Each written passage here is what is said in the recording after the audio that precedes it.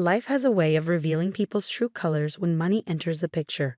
I'm Emma, and this is the story of how my stepsister Sarah's greed destroyed our family, or so she thought. Growing up, I always tried to welcome Sarah and her mother Linda into our lives after my father remarried. When they first moved in, I was 12 and Sarah was 14. I still miss my own mother terribly. She had passed away from cancer 2 years earlier. But I wanted to make things work. My father seemed happy with Linda, and I wanted that happiness to last.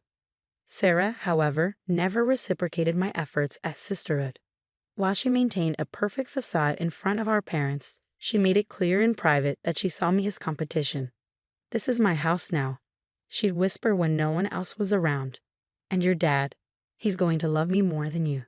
I tried telling my father about Sarah's behavior, but Linda always defended her daughter. "Girls will be girls," she'd say with a dismissive wave. "Sarah's just adjusting. Give her time." My father, not wanting to rock the boat in his new marriage, would simply encourage me to try harder with my stepsister. As years passed, I focused on my studies and building my own life. I graduated from business school and started working at a financial consulting firm, making my father proud. Sarah, meanwhile, bounced between jobs and relationships, always finding ways to extract money from our parents for her latest venture or crisis. My father's health began declining 3 years ago. What started as occasional fatigue progressed into something more serious. The doctors diagnosed him with a rare form of leukemia, and suddenly, our world turned upside down. I immediately shifted to working remotely so I could help care for him. During those long days at the hospital, I noticed Sarah's sudden increased interest in our father's affairs. She started spending more time in his hospital room, always shooing me away with claims of private conversations. Linda supported this, saying Sarah was finally bonding with her stepfather. What I didn't know then was that Sarah was carefully orchestrating my downfall.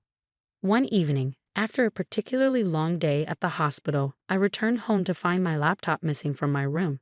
I searched everywhere, but it had vanished.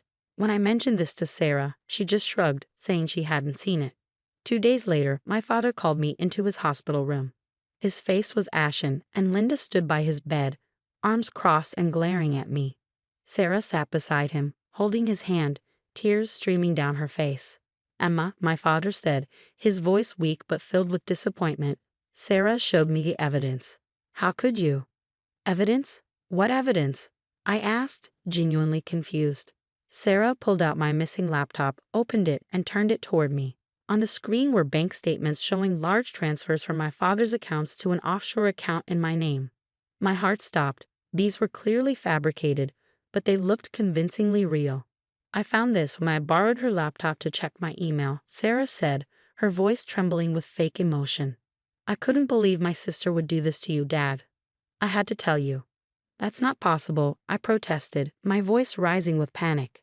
"Those statements are fake. Sarah stole my laptop. She must have fabricated this." Linda stepped forward, her face twisted with anger. "How dare you accuse my daughter when she's exposed your theft? We raised you better than this." "Dad, please," I begged, turning to my father. "You know me. I would never steal from you." "Sarah is lying." But my father's face had hardened. Years of Sarah's subtle manipulation had done their work, and now, in his weakened state, he was all too ready to believe the worst of me. "I already called my lawyer," he said quietly. "I'm changing my will. I can't trust you with my estate, Emma. Not after this." The room spun around me. Everything I'd worked for, every sacrifice I'd made, was crumbling because of Sarah's elaborate lie. I tried to explain, to defend myself, but Linda and Sarah had created such a convincing narrative that my protests only seemed to confirm my guilt in their eyes. "Get out," Linda snapped, pointing to the door. "You're no longer welcome here, you ungrateful thief." I looked at my father one last time, hoping to see some doubt, some willingness to hear my side. But he turned his face away, and in that moment, I knew I'd lost everything. As I walked out of the hospital room, Sarah followed me into the hallway. Once we were alone, our tears vanished, replaced by a triumphant smirk. "You should see your face," she whispered. "Did you really think Dad would choose you over me? I've been planning this for months. Every detail, every document. Perfect, wasn't it? And now, everything that should have been yours will be mine." I stood there, my whole body shaking with anger and disbelief. "Why?" I managed to ask. I never did anything to hurt you. Sarah's eyes hardened. Because you existed. Because for years I had to watch you play the perfect daughter while I was always second best. Well, not anymore. I win, little sister. I win. I left the hospital that day with nothing but my purse and my car keys. Linda had already texted me, warning that if I returned to the house, she'd call the police. I checked into a hotel, my mind racing as I tried to process how quickly my life had fallen apart. That night, my father's lawyer called.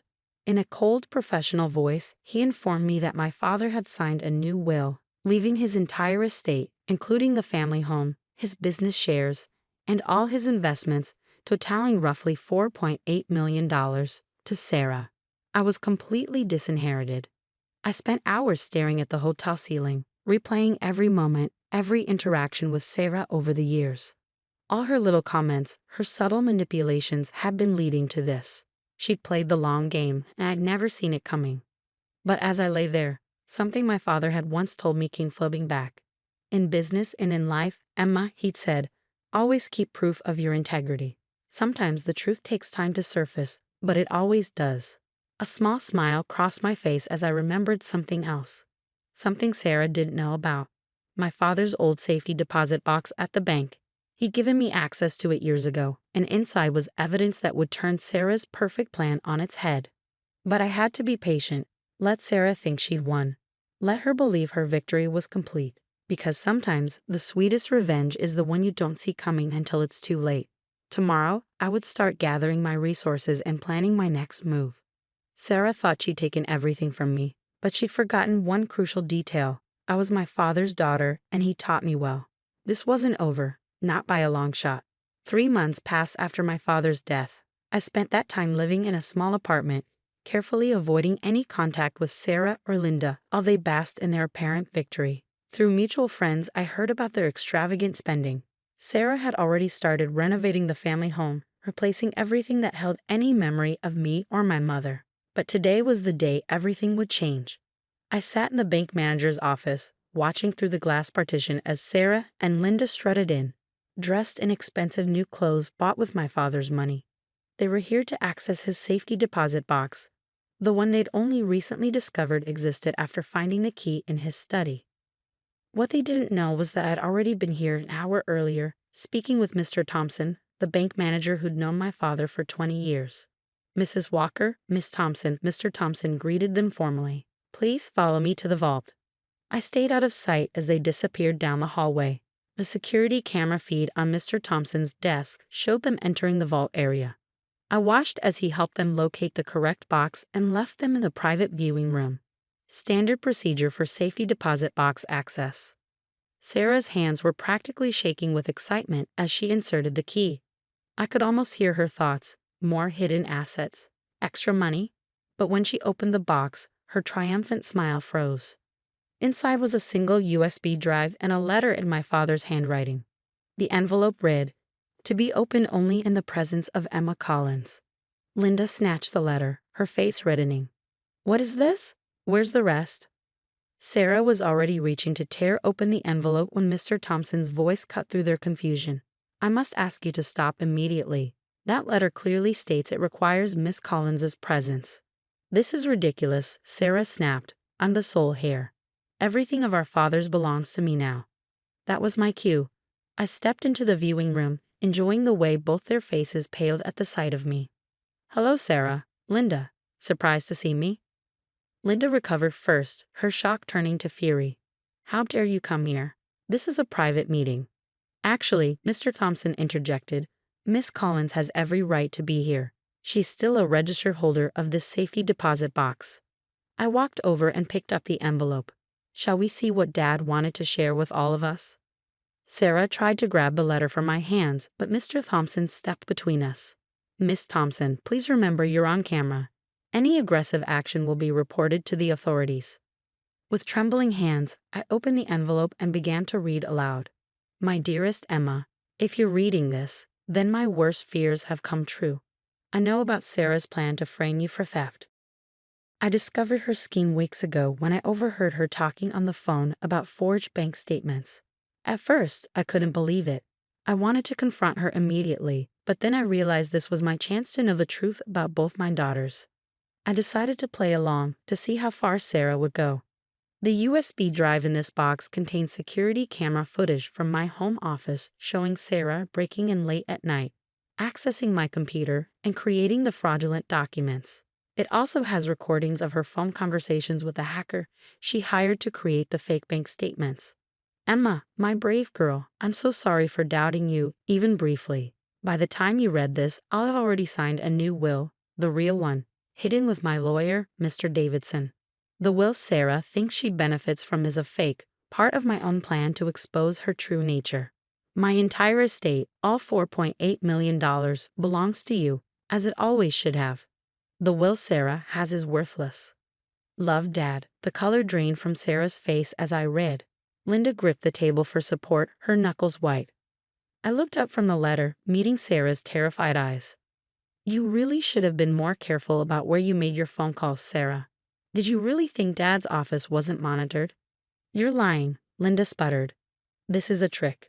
I pulled out my phone and played a video of security footage showing Sarah in our father's office late at night, hunched over his computer. Her voice came through clearly. Yes, I need the bank statements to look perfect. Emma has to lose everything. Sarah lunged for my phone, but Mr. Thompson was faster, stepping between us again. I've already sent copies of everything to the police, I said calmly. They're very interested in wire fraud and inheritance fraud cases, you know. You can't prove anything, Sarah hissed, but her voice shook with uncertainty. Actually, Mr. Thompson added, the bank has already received notification from Mr. Davidson's office about the validity of the real will. We've frozen all accounts pending investigation. Linda grabbed Sarah's arm. We need to leave. Now. Oh, you'll be leaving all right, I said, but not for long. The police want to speak with both of you. They're waiting in the bank lobby. As if on cue, 2 police officers appeared at the viewing room door. The next few minutes were a blur of activity, Sarah and Linda being read their rights, their protests echoing through the bank's marble halls. I stayed behind in the viewing room, holding my father's letter. A tear rolled down my cheek as I read his words again. He had known. He had protected me, even at the end. Mr. Thompson touched my shoulder gently. Your father was a wise man, Miss Collins. He knew exactly how to expose the truth. I nodded, wiping my eyes. Yes, he did. And now it's time to set everything right. The weeks following Sarah and Linda's arrest were a whirlwind of legal proceedings and revelations. As the investigation deepened, more of Sarah's deceptions came to light. She hadn't just forged bank statements, she'd been systematically stealing from our father's accounts for months, using the money to set up her own secret nest egg. I sat in the courtroom, watching as Sarah's carefully crafted world crumbled around her. The evidence was overwhelming. The security footage, recorded phone calls, bank records showing her theft, and even testimony from the hacker she'd hired, who'd struck a plea deal to testify against her. Linda didn't fare much better. The investigation revealed she'd been fully aware of Sarah's plan, even helping to coordinate some of the theft. Her perfectly maintained facade of the caring stepmother shattered as prosecutors exposed her role in the scheme. During the trial, Sarah finally broke down on the stand. It wasn't fair, she screamed, mascara running down her face. She always had everything. Dad's love, his trust, his pride. Everything I wanted. I deserved that money. The judge was unmoved. Miss Thompson, your actions show a calculated effort to destroy your stepsister's life for personal gain. This court sentences you to 8 years in prison for fraud, theft, and conspiracy. Linda received 5 years for her role as an accomplice. As they were led away in handcuffs, Sarah turned to me one last time. I hate you, she spat. I've always hated you. I simply watched them go, feeling not triumph but a deep sadness for the family we could have been. With the criminal case concluded, I moved back into my childhood home. The first few days were difficult. Memories of my father were everywhere, along with signs of Sarah and Linda's brief occupation. They'd started redecorating, trying to erase every trace of the past, but hadn't gotten far before their arrest. One evening, as I sorted through papers in my father's study, I found an old photo album. Inside were pictures from my childhood, my mother, my father, and me in happier times. There was also a sealed envelope tucked between the pages, addressed to me in my father's handwriting. With trembling hands, I opened it. My dearest Emma, if you're reading this, then everything has played out as I feared it might. I want you to know that my apparent betrayal in the hospital was the hardest thing I've ever done. Pretending to believe Sarah's lies, watching you walk away thinking I'd abandoned you, it tore me apart. But I knew I had to let her think she'd won. It was the only way to expose the full extent of her deception. The hardest part was knowing I wouldn't live to see justice done. I need you to know that you were always my greatest joy. You have your mother's strength and kindness, and I couldn't be prouder of the woman you've become. The way you handled this crisis, with dignity and patience, waiting for the truth to emerge rather than seeking immediate revenge, proves you're exactly the person I raised you to be. The money, the house, the business, yes, they're all yours now. But they're not what matters most. What matters is that you stood strong in the face of betrayal, held onto your integrity, and let the truth speak for itself. I know the road ahead won't be easy. Betrayal leaves deep scars, and healing takes time. But remember this, true family isn't always about blood. It's about love, trust, and choosing to stand by each other through good times and bad. I hope you'll find it in your heart to build a new family, one based on love and trust rather than obligation. You deserve that happiness, Emma. Don't let Sarah's actions poison your capacity to trust and love others. Take care of yourself, my brave girl. Know that your mother and I are watching over you, proud of the woman you've become. All I love, Dad. Tears flowed freely as I read his words. Even at the end, facing death and betrayal, my father had thought of my future happiness. He'd known that money wasn't what I really needed. I needed to know that he believed in me, trusted me, loved me. In the months that followed, I worked to rebuild my life. The family business thrived under my leadership, and I established a scholarship foundation in my father's name, helping students who'd lost parents to cancer. It felt right to create something positive from all the pain we'd endured. I also sought therapy to process the trauma of Sarah's betrayal. Slowly, I learned to trust again, to open my heart to new friendships and relationships. My father was right, family isn't just about blood. I built a new family of chosen people who supported and loved me for who I was. Sarah and Linda made several attempts to contact me from prison, sending letters filled with apologies and pleas for forgiveness. I didn't respond. Some betrayals run too deep for simple forgiveness, and some relationships are better left in the past. Instead, I focused on honoring my father's legacy through my actions. The money he left me became a tool for positive change rather than a source of conflict. In the end, that felt like the greatest victory, turning what Sarah had wanted to steal into something that helped others. Today, 5 years later, I still live in our family home, surrounded by memories of the parents who loved me and the lessons they taught me. The pain of betrayal has faded, replaced by gratitude for the wisdom my father showed in his final days. Sarah and Linda's greed cost them everything, their freedom, their reputation, their future. But their betrayal taught me something valuable. True wealth isn't measured in dollars, but in the integrity with which we live our lives. As I sit in my father's old study, watching the sunset through his favorite window, I feel at peace. His last gift to me wasn't the money or the house. It was the lesson that patience, integrity, and truth will always prevail over deception and greed. Sometimes I think about Sarah, wondering if prison has changed her, but then I remember my father's words about choosing my own family, and I know I've chosen the right path. My life is full of love, purpose, and genuine relationships, things that Sarah, with all her schemes and manipulation, never understood were worth more than any inheritance.